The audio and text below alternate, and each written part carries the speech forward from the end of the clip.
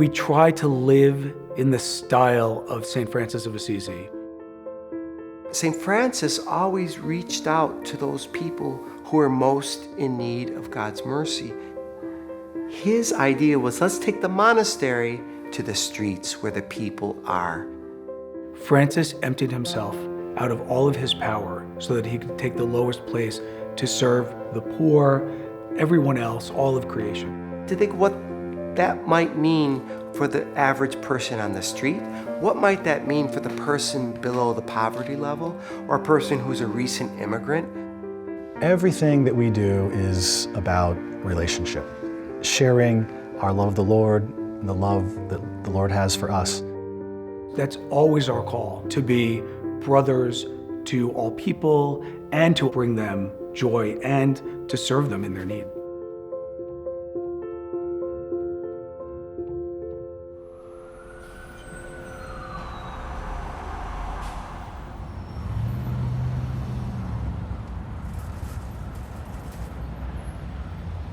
Why do we choose to work with people who are in the shadows and the margins? Why do friars do this?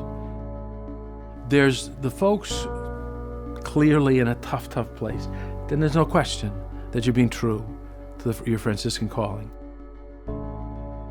Over the years, we've seen the need for people to be fed, and we've started a fund called Capuchin Food Pantries so that people could contribute and we could use that money to meet people at their most basic needs. There are people out there who can't afford to even buy a cup of coffee, let alone buy groceries. And they come here, they get some comfort, they feel, like they're in a safe environment, and they get some food that they can cook at home. God loves all of us equally. Everybody deserves to be treated as a fully loved human being.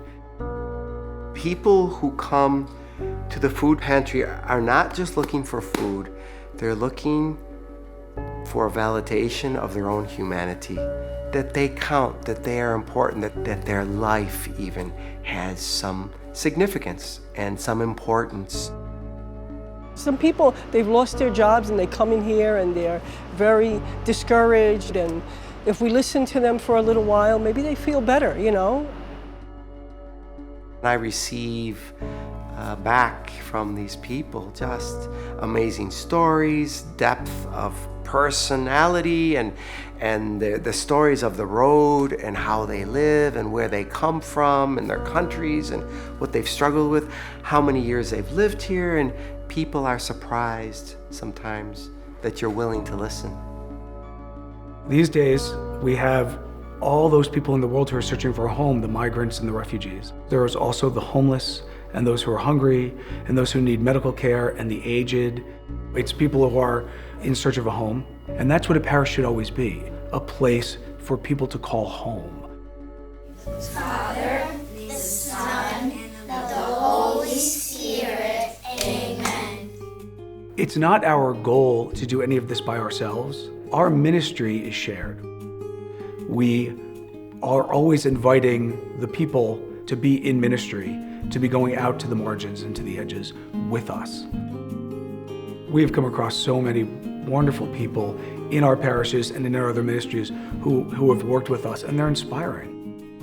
We provide from food to financial help to referrals. We do advocacy. We have a community garden where we open it up to everybody in the community free of charge. There's fellowship. There's just a very warm atmosphere. Not everybody can get to our food pantries at our parishes. And so we're following the footsteps of some other Capuchin provinces, and we are purchasing a food truck.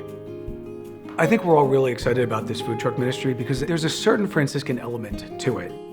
We'll be able to mobilize people in our parishes and our other ministries and get people to work together to feed and to clothe and to be in relationship with the people on the streets.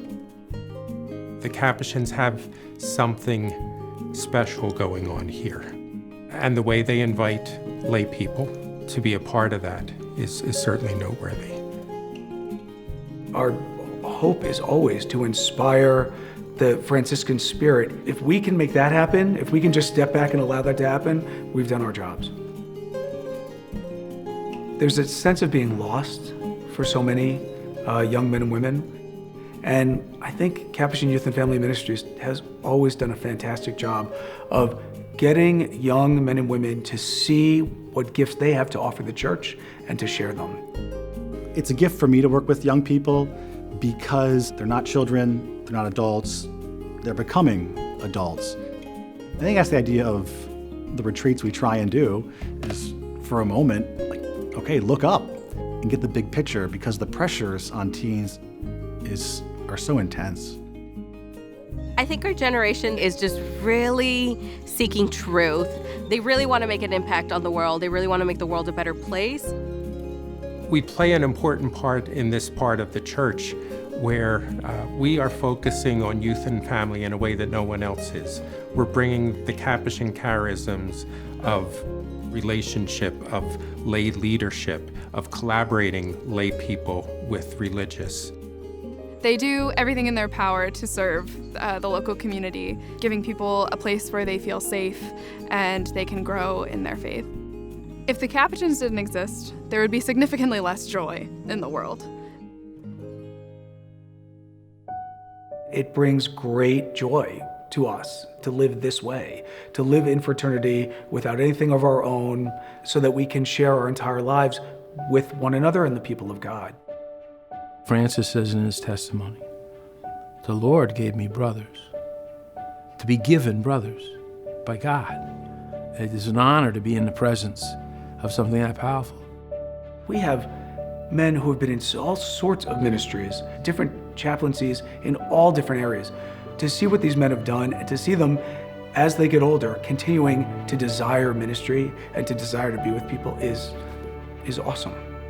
We have a way of doing it that is a relationship. We're friars minor, we're little brothers. Francis of Assisi was revolutionary in his time, and we really believe, as Capuchin friars, we are revolutionary in our time because we are not grasping at power, we're emptying that power out to serve the church and the world. And we're hoping to inspire other people to do the same.